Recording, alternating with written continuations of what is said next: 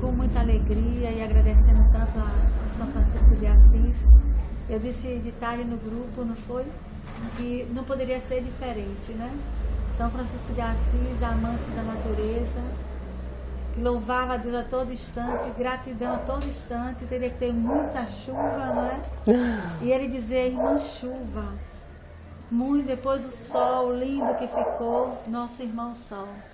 E hoje a noite fresca, também nossa irmã, todos nós criaturas de Deus. Então, nessa gratidão, vamos pedindo a Jesus que nesse momento, todos nós acolhidos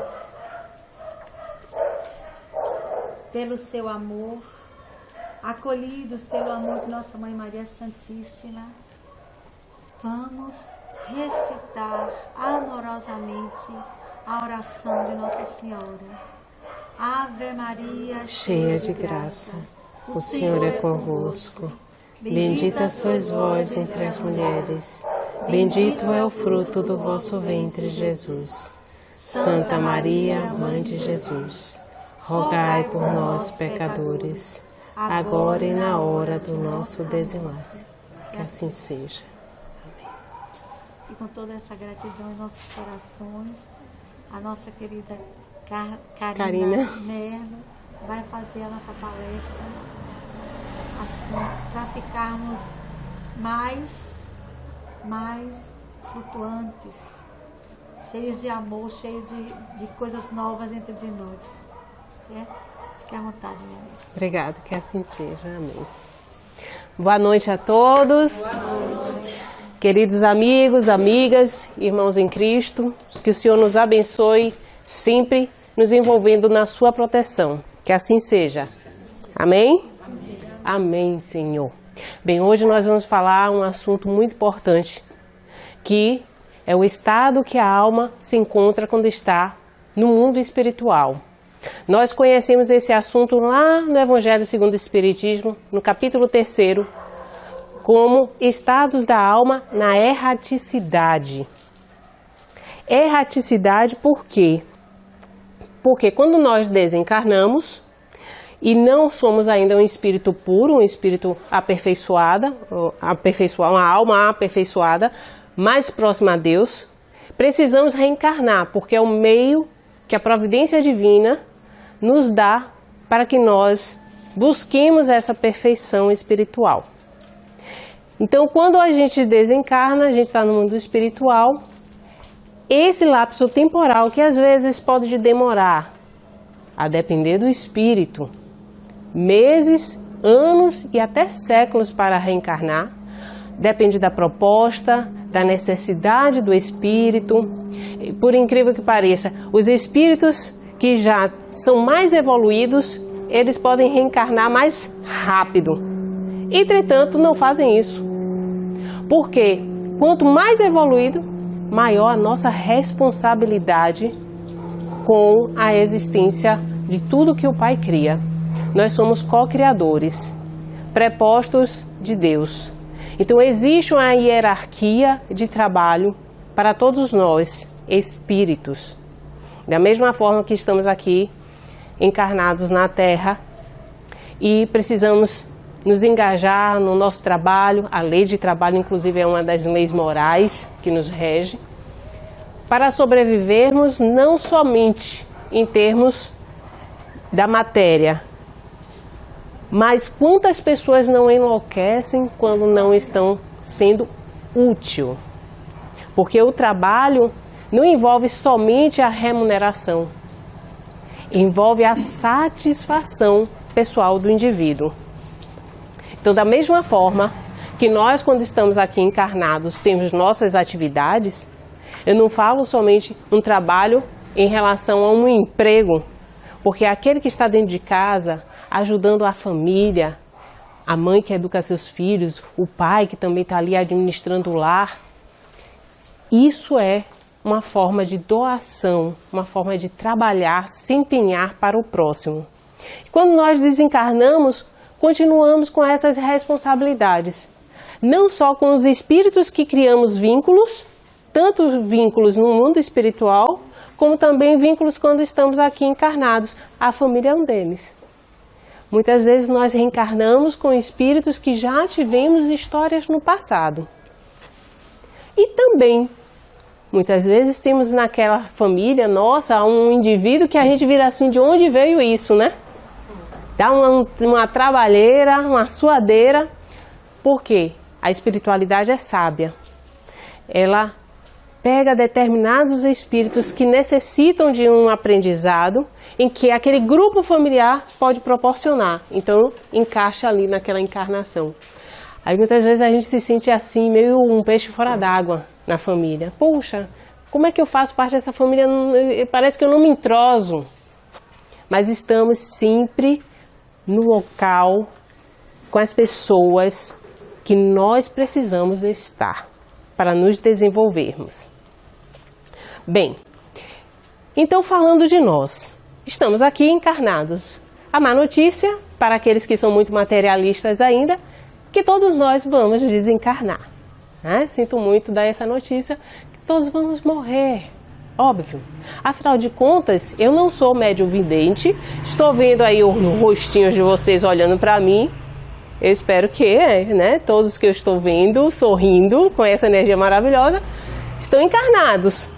Os desencarnados ainda não consigo ver, porque vocês nasceram.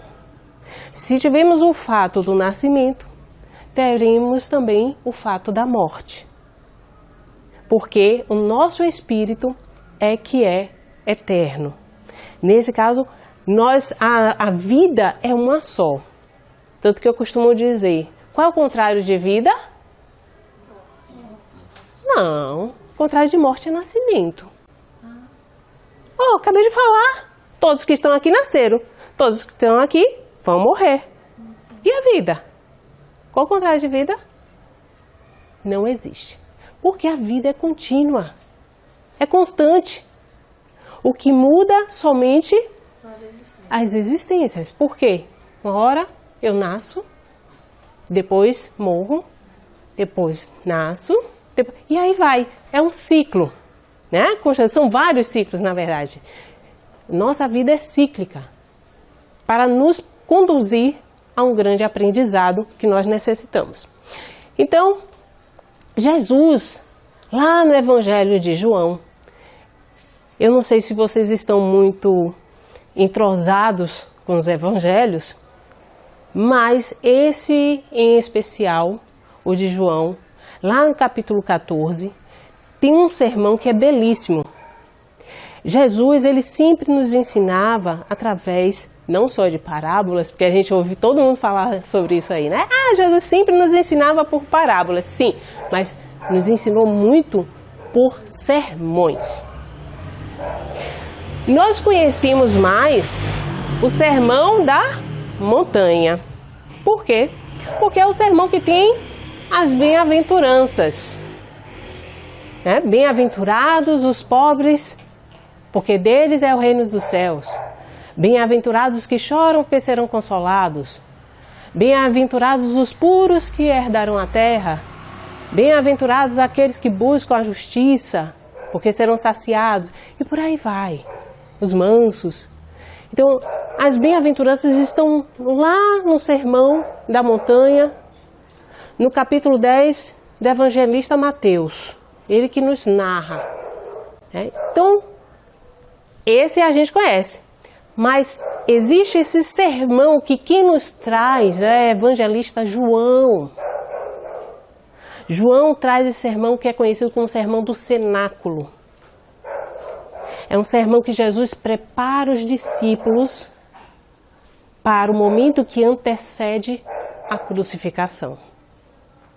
Nós conhecemos como a Santa Ceia.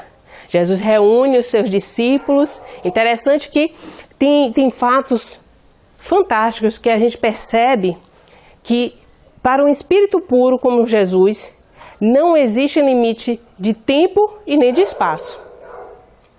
Um dia chegará, nós vamos chegar lá.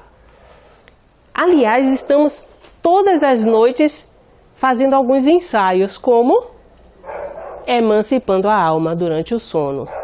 Quando nós dormimos, nós conseguimos nos liberar do corpo físico, né? Temos uma expansão do nosso corpo espiritual e vamos vivenciar as nossas experiências aonde? No mundo espiritual. O mundo espiritual agora nós temos como vislumbrar, porque estamos falando de corpo espiritual. Quando a gente fala desses mundos, para ter uma completa percepção, como é que a gente pode delimitar isso, né? O mundo material, eu estou aqui, estou falando, vocês estão me vendo, né? A gente está pegando nas coisas, parede. O mundo que nós vivemos, encarnados na matéria, e o mundo espiritual é aquele que nós não temos como ponderar dentro desses 5 sentidos que o corpo nos dá. Mais adiante, então, vamos delimitar melhor. Jesus diz lá no capítulo 14, nesse sermão do cenáculo, quando ele está com seus discípulos preparando para o momento da entrega aos romanos, depois do julgamento e finalmente ser crucificado, dizendo assim: não se turbe o vosso coração, credes em Deus e crede também em mim. Há muitas moradas na casa de meu Pai. E ele ainda diz: estou indo para uma delas, estarei preparando para vos receber. Interessante que os discípulos que estavam com Jesus, alguns já há 3 anos, vendo as pregações, vendo as transformações, as curas que Jesus realizou, um deles, chamado Tomé, que era o mais duro na queda de crer nos feitos, o que é que ele faz? Pergunta a Jesus: mestre, mas nós não sabemos para onde vais, nem qual é o caminho.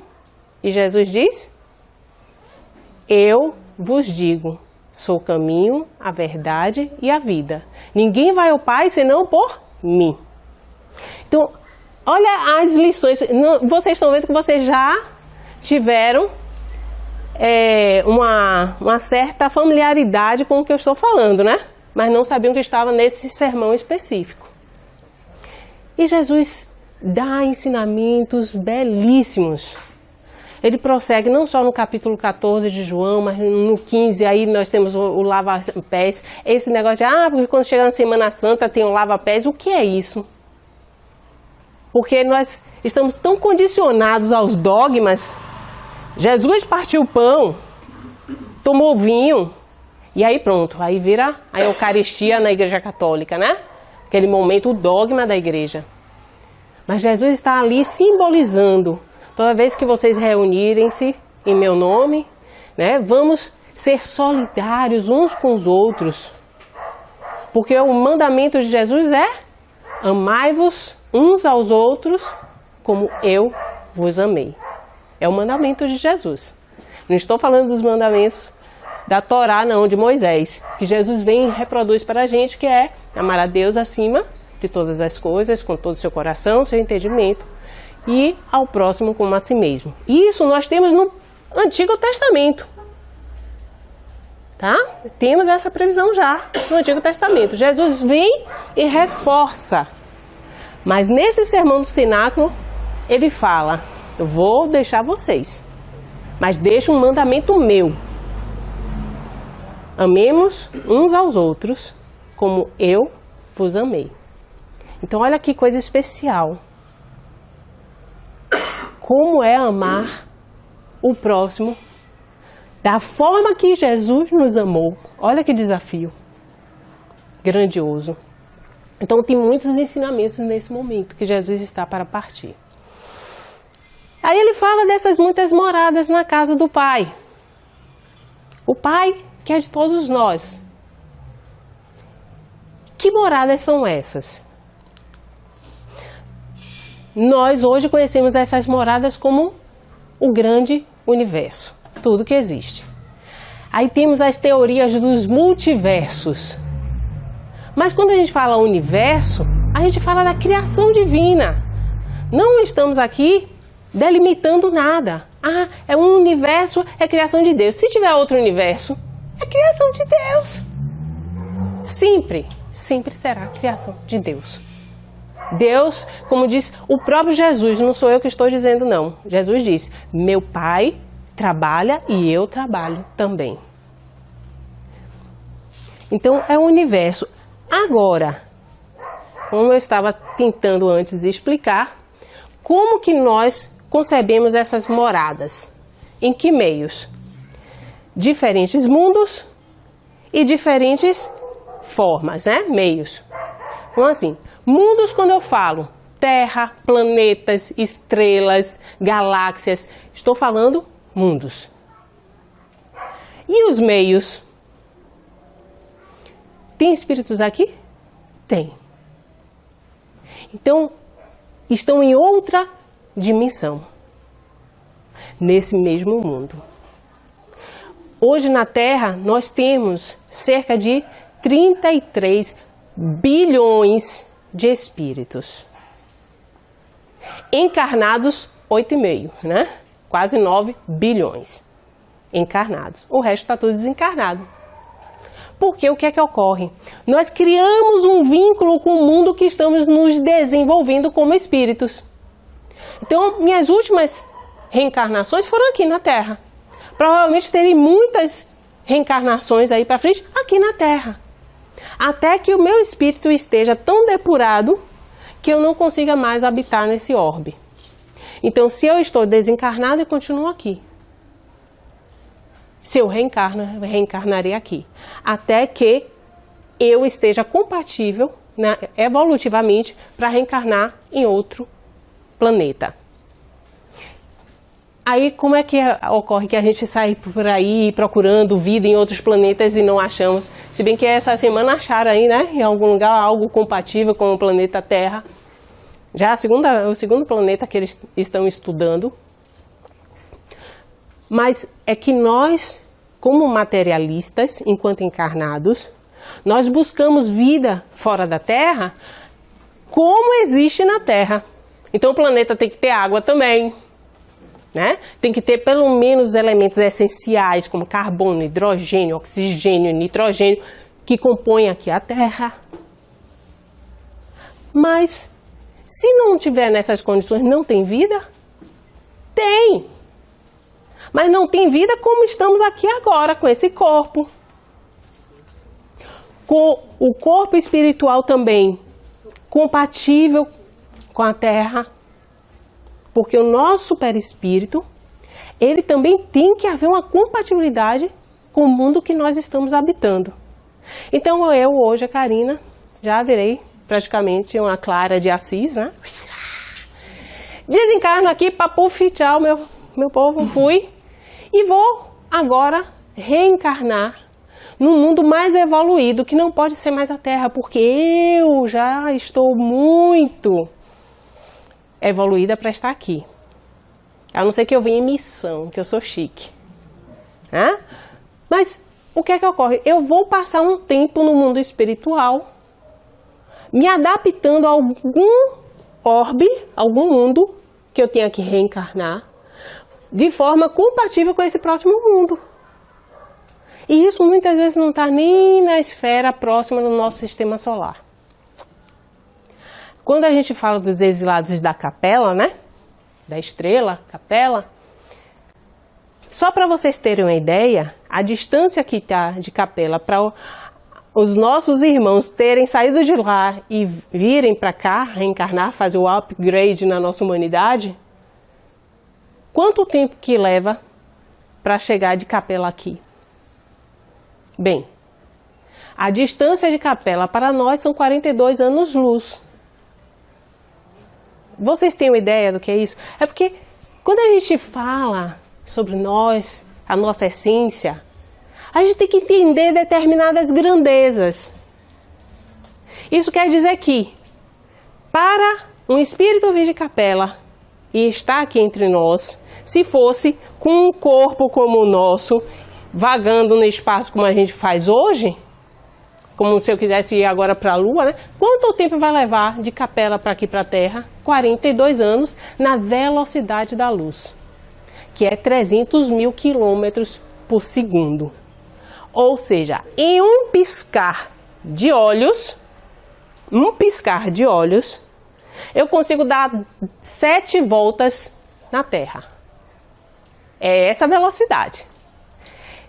Nessa velocidade, pisquei o olho e dei 7 voltas na Terra em um piscar de olhos, eu ainda assim levaria 42 anos para chegar até Capela. Então, essas são as moradas da casa do Pai. É um mundo muito vasto que a gente não tem, dentro da nossa tacanha inteligência ainda, capacidade de compreender. E é isso que Jesus tenta nos falar.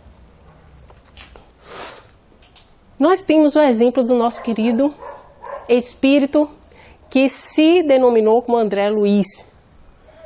Pseudônimo, né? Não é exatamente o nome dele, mas é como intimamente nós criamos até laços com ele, como André Luiz.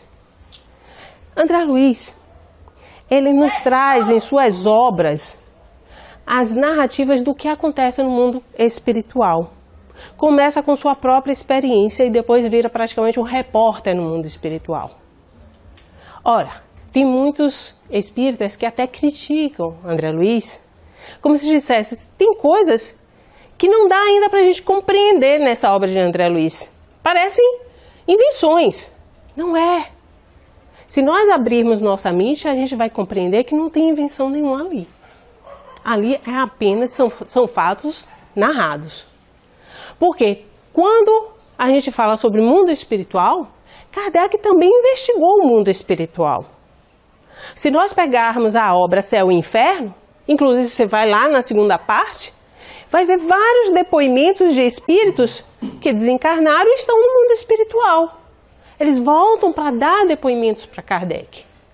Só que são reuniões em que Kardec tem aquele diálogo rápido. André Luiz está falando sobre um legado espiritual. Ou seja, ele poderia ter reencarnado e continuado a sua evolução aqui na Terra, mas não, ele acolhe a missão de destrinchar determinadas situações no mundo espiritual, vivenciando-as e nos relatando. Então é necessário que essas situações nos cheguem, porque nós já estamos preparados para compreendê-las. E aí, a gente consegue conceber, quando assiste o filme Nosso Lar, fica bem mais fácil pelas imagens, né? A gente entender como que pode variar, inclusive, esses mundos na esfera espiritual. Vão ser condizentes com os nossos sentimentos, nossas emoções, com a nossa moralidade espiritual também. O quanto que nós já evoluímos moralmente. Tudo vai repercutir.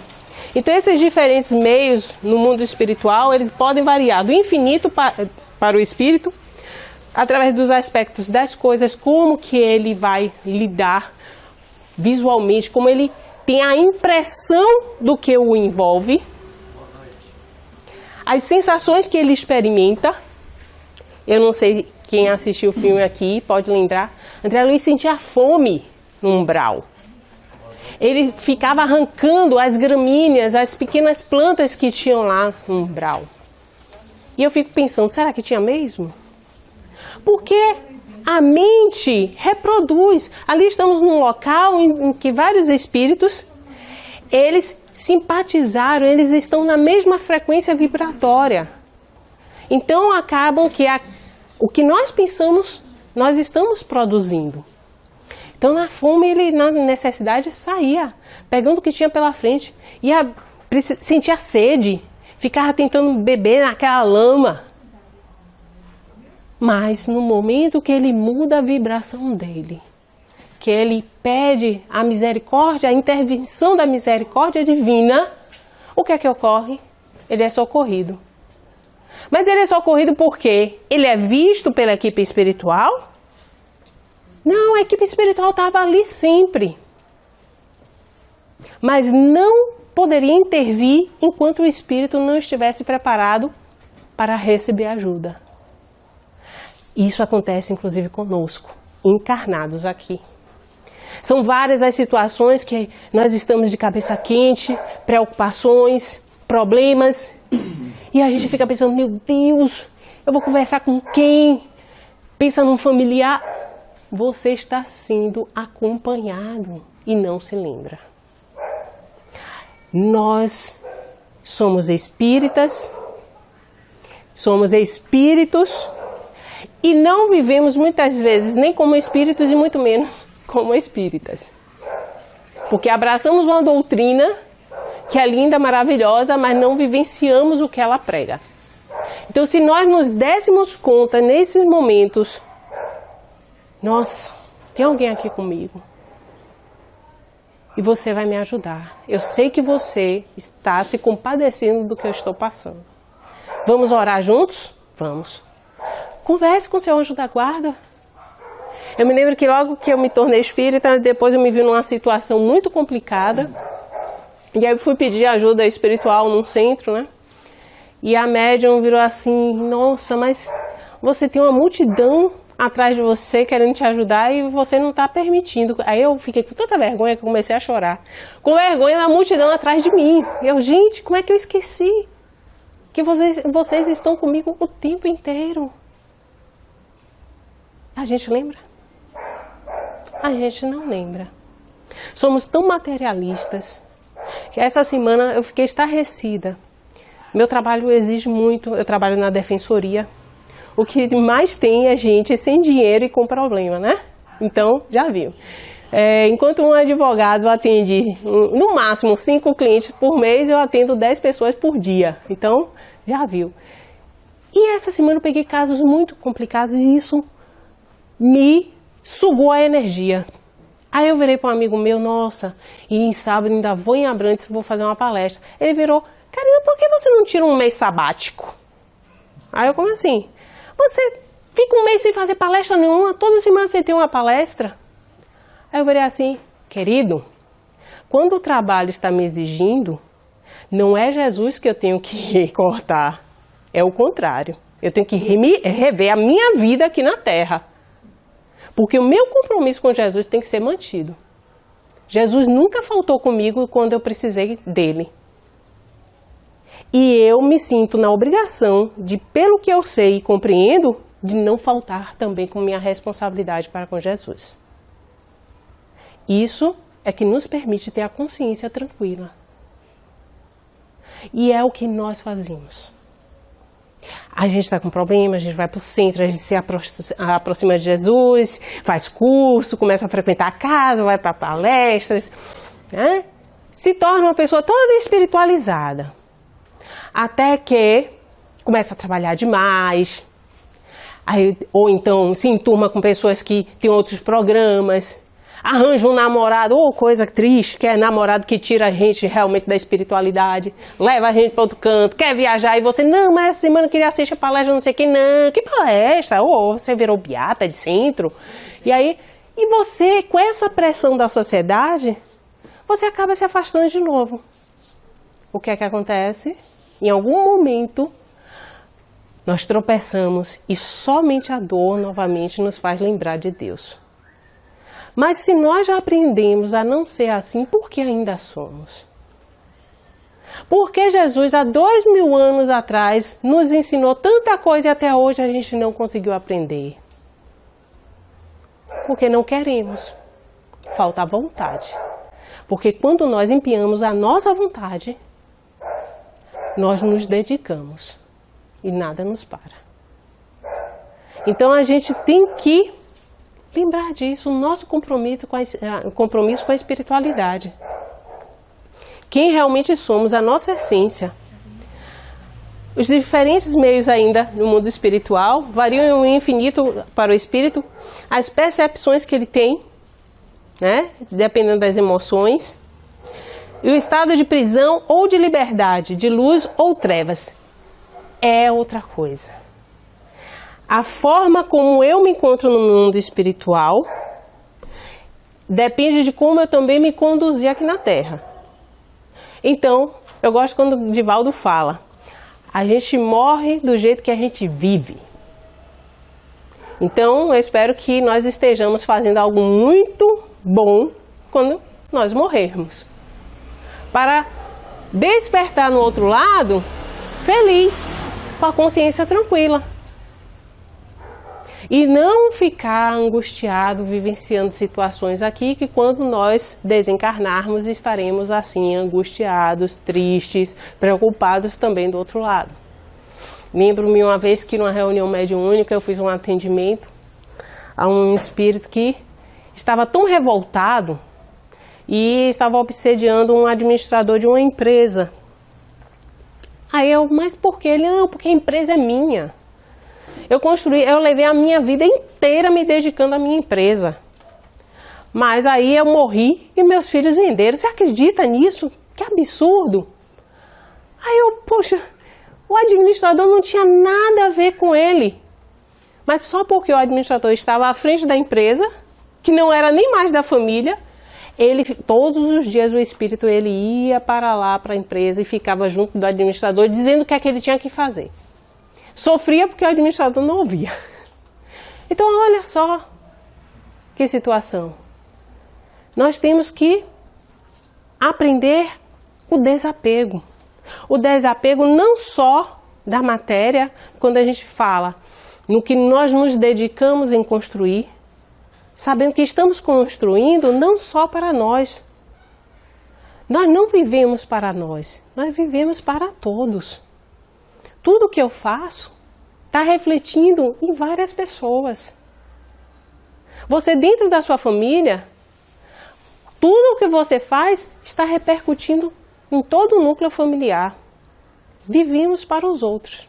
Aquele que vive somente para si, o extremamente egoísta, não tem nem com quem dividir. Porque ele vai simplesmente afastando as pessoas de si. Nossos vínculos são criados no sistema de solidariedade. Até quando estamos desencarnados, nós ficamos ajudando aqueles que ainda estão encarnados. Sempre. Então, esse estado de prisão ou de liberdade vai depender de como eu me encontro. As minhas emoções. Se eu estou mais tranquila, a consciência está... realmente eu exerci minhas atividades, não estou com nenhum vínculo materialista, então eu tenho uma liberdade maior para transitar no mundo espiritual, uma consciência tranquila. Mas se eu estou presa às minhas más condutas, o que eu fiz, o mal que eu fiz em relação às pessoas, a consciência está presa naquela rede de culpa, de remorso. Porque não basta se arrepender. Uma vez estudando o livro Céu e Inferno, eu me deparei com isso e fiquei pensando, nossa, mas eu achava o arrependimento algo tão importante para o espírito. Mas o espírito no Céu e Inferno me chamou a atenção para um detalhe. Quando o arrependimento ele é sincero. Aí eu fiquei, existe arrependimento que não é sincero? Existe. Principalmente quando somos crianças, fazemos muito isso. A gente faz alguma coisa de errado, vai ficar de castigo, menino. Me perdoe, não faço mais não. Primeiro momento que tem liberdade, está fazendo de novo. Somos crianças espirituais. Quando a gente vê a responsabilidade dos nossos atos pesando sobre nós, meu Deus, para que eu fui fazer? Não faço mais não. Passou aquele momento, veio uma nova circunstância, eu faço de novo. Crianças espirituais. Então, o arrependimento sincero é aquele que faz com que nós nos comprometamos em não repetir mais aquela má conduta. Que nós nos esforcemos em resistir às más tendências. Ainda as causas dessas variações de mundos, e elas vão estar compatíveis também com o mal e o bem que eu pratiquei. O mal que eu faço ou o bem que eu faço. Então, a cada um segundo as suas obras. o nosso legado, nós estaremos em conformidade com o que nós construímos. Construímos dentro de nós.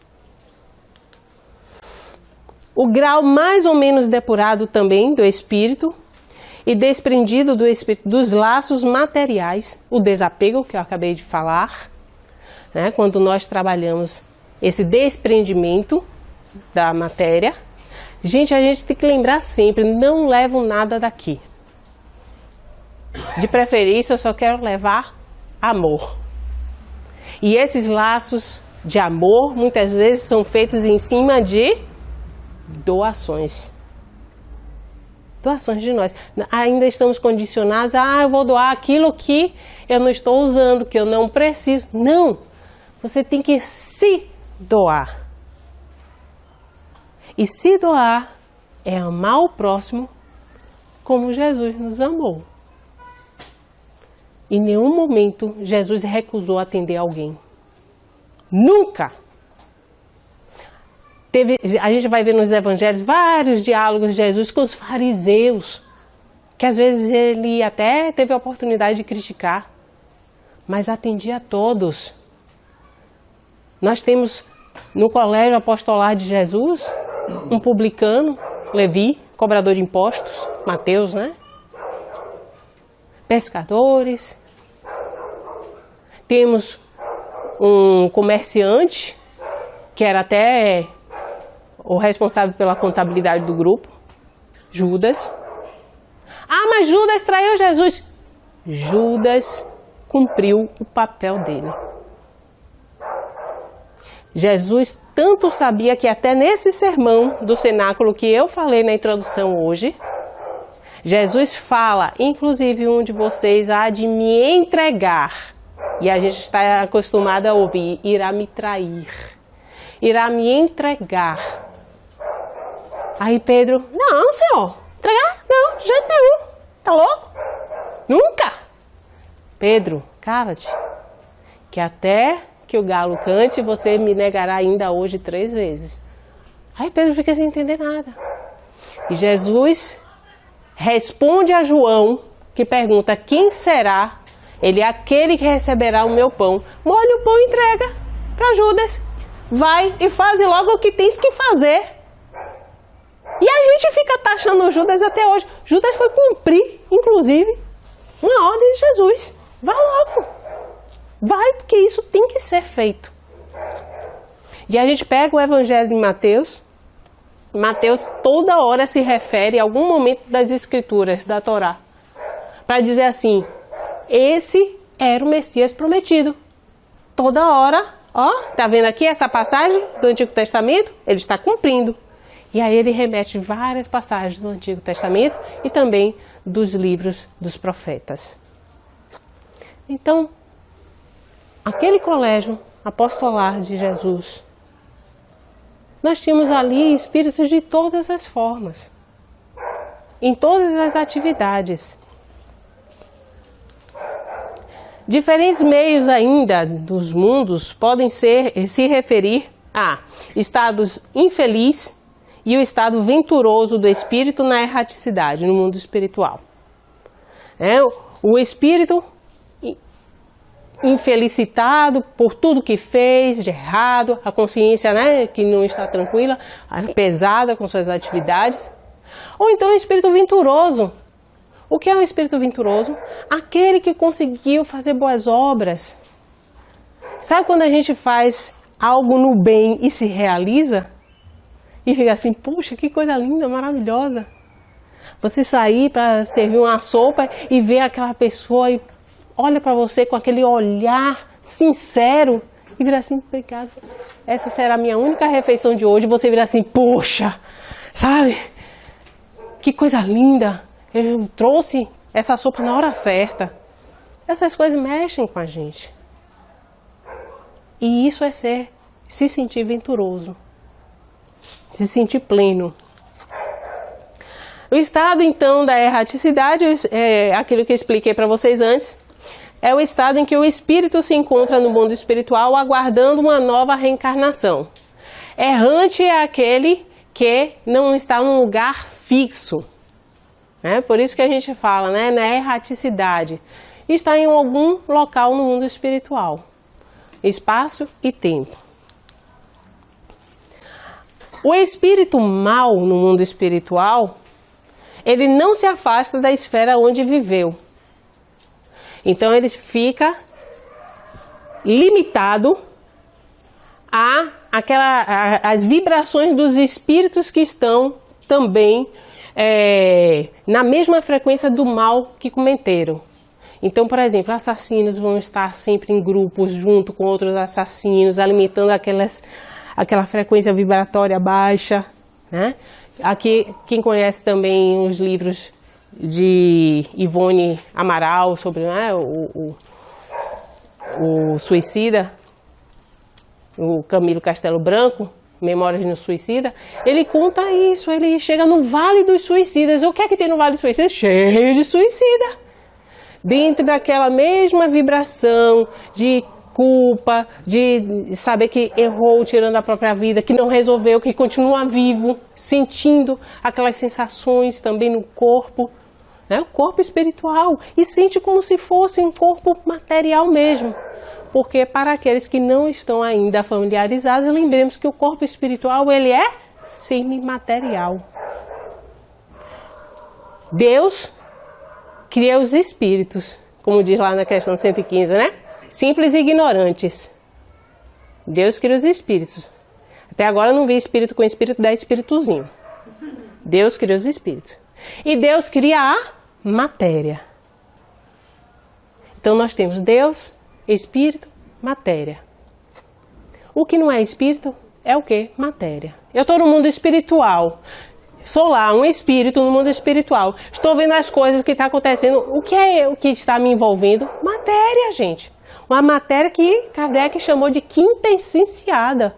Uma matéria sutilizada. Da mesma forma que eu estou aqui, eu, matéria, estou pegando na matéria densa. Quando eu estou desencarnada, eu vou pegar numa parede, vou sentir a matéria densa, compatível com o mundo que eu estou, na área espiritual. Simples assim.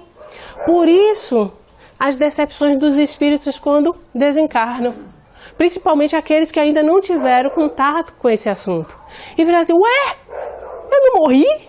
Continuo sentindo aqui a dor da facada. Continuo sentindo isso. Continuo sofrendo. Continuo me emocionando. André Luiz falava que a dor mais insuportável que ele tinha era da saudade. Ele sentia doer a saudade. E ele ficava querendo o tempo inteiro visitar a família.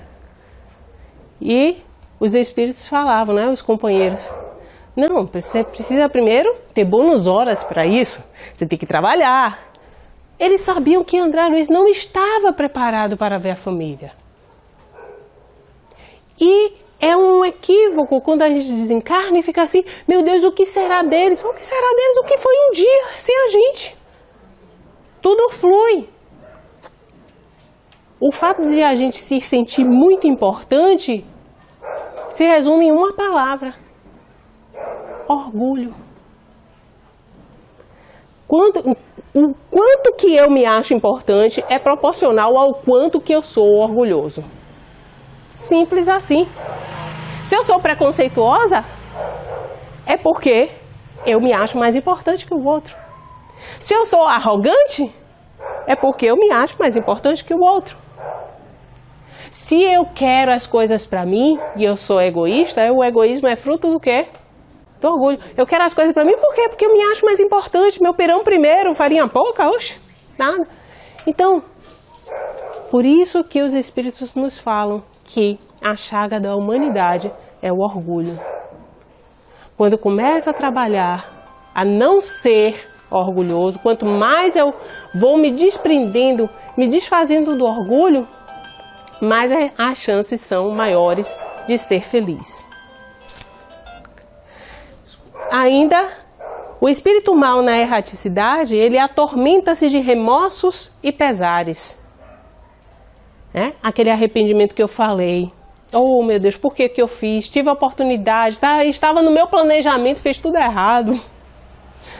calma, a gente vai ter uma chance, né? Pena que vai demorar mais para a gente evoluir.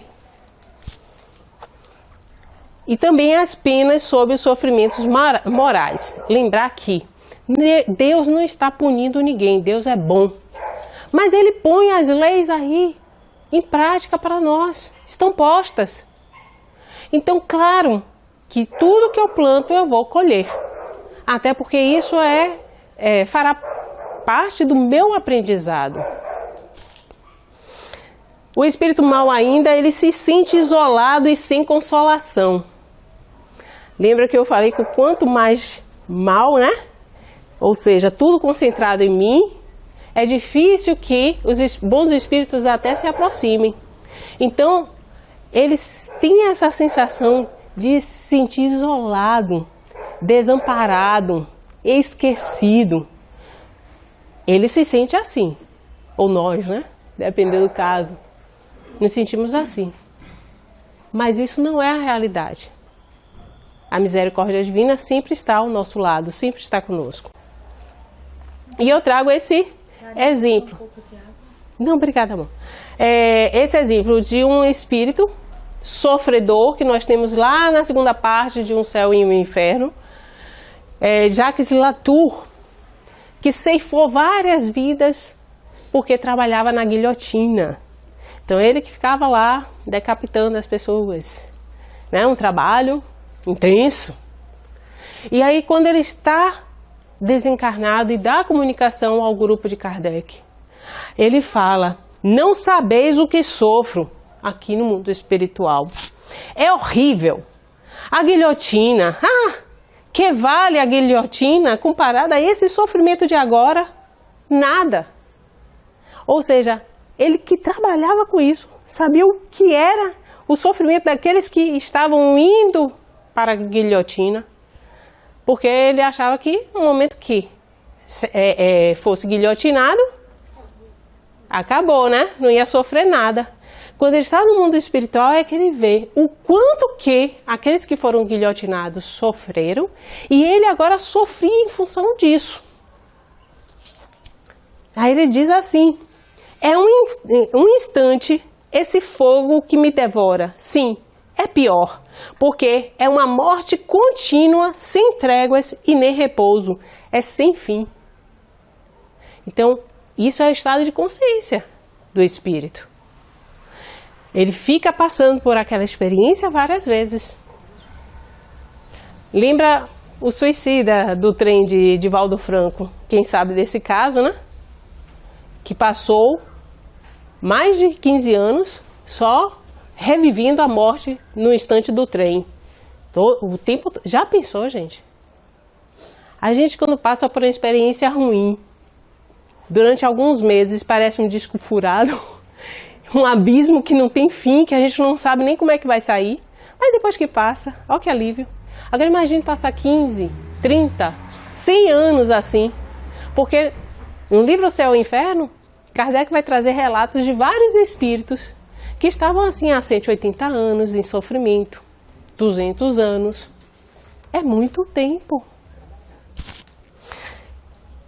E ele fala: as minhas vítimas ali estão ao redor de mim, a mostrar-me os ferimentos, a perseguir-me com seus olhares. Esse é um exemplo de um espírito que teve uma péssima conduta, o que nós chamamos de espírito mau. Agora, o espírito justo no mundo espiritual, como é que é? Ele eleva-se e percorre o espaço e os mundos. Tem leveza. Eu fico doida para um dia evoluir e ser logo um espírito mais puro, né? Para ter leveza, porque aqui na Terra eu estou encarnada, eu faço dieta, eu como alface e engordo 3 quilos, então é complicadíssimo. Né? Desencarnando, pelo menos eu vou se sentir mais leve. Ele também usufrui de resplandecente claridade. O espírito que é bom, é justo, ele emite uma radiação bonita. Tem um livro de André Luiz também, Os Mensageiros, que ele está com a equipe espiritual e o mentor, entrando numa zona densa de espíritos sofredores, e o instrutor vira para André Luiz, vamos baixar a nossa frequência aqui, a nossa vibração, para diminuir a nossa luminosidade. Aí você pensa assim, né? Para não ser identificado, não, para não humilhar os espíritos que aqui estão confinados. Não, olha para isso, a bondade do instrutor. Convive com aqueles que ama, então tem uma maior facilidade em estar próximo com aqueles que ama. Frui de uma felicidade indizível. Indizível quer dizer indizível mesmo, não tem como a gente traduzir. Quando a gente fala, bem, sem um espírito como Jesus, como é que eu vou descrever? Não vai! Só sendo um dia um espírito no quilate de Jesus, sendo crístico, para entender o que é ser um espírito interagindo com Deus, diretamente. Por isso que Jesus falava, eu e o Pai somos um. Porque interagem os ministros, né, de Deus, interagem diretamente com Ele. Como é que a gente entende isso? Não entende. Só fica sabendo. Né? Aí eu trago, já caminhando para o fim, o médico russo, é um espírito venturoso. Lá também no livro Céu e Inferno, Kardec traz esse exemplo. Então, a aventura que gozo, ele falando, né, que ele está no mundo espiritual, é uma espécie de contentamento extremo de mim mesmo.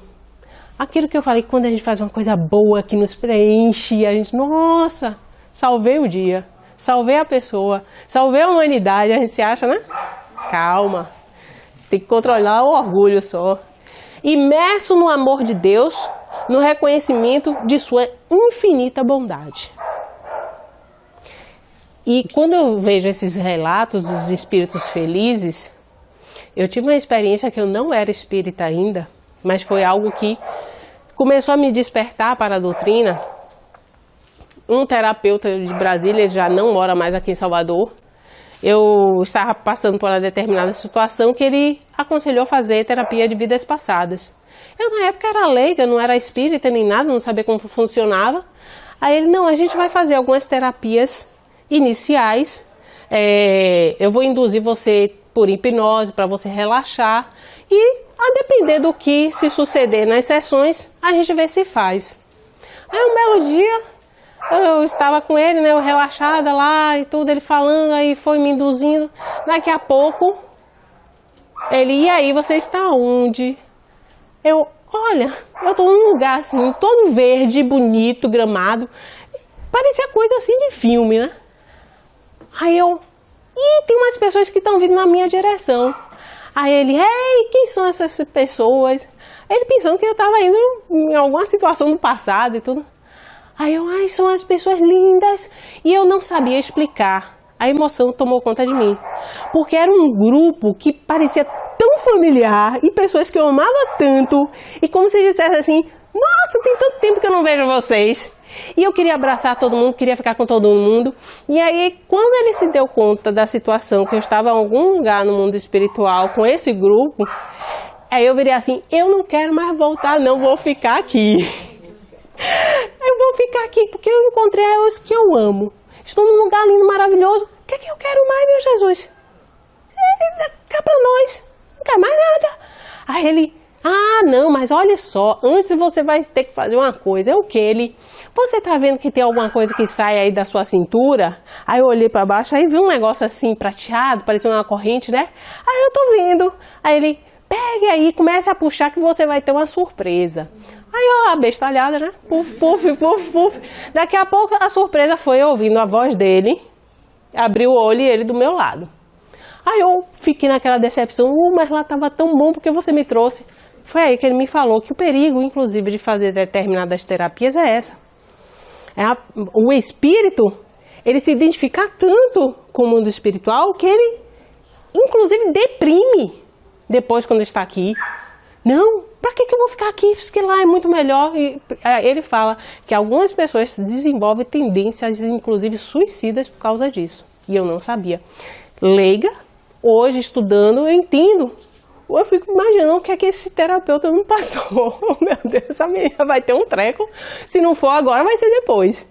Mas deu tudo certo, né?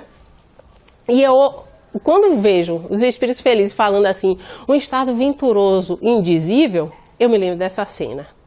Acho que, meu Deus, se ali foram alguns segundos ou minutos que eu tive com o povo e me senti plena, imagina um espírito estar num local que ele realmente é pleno.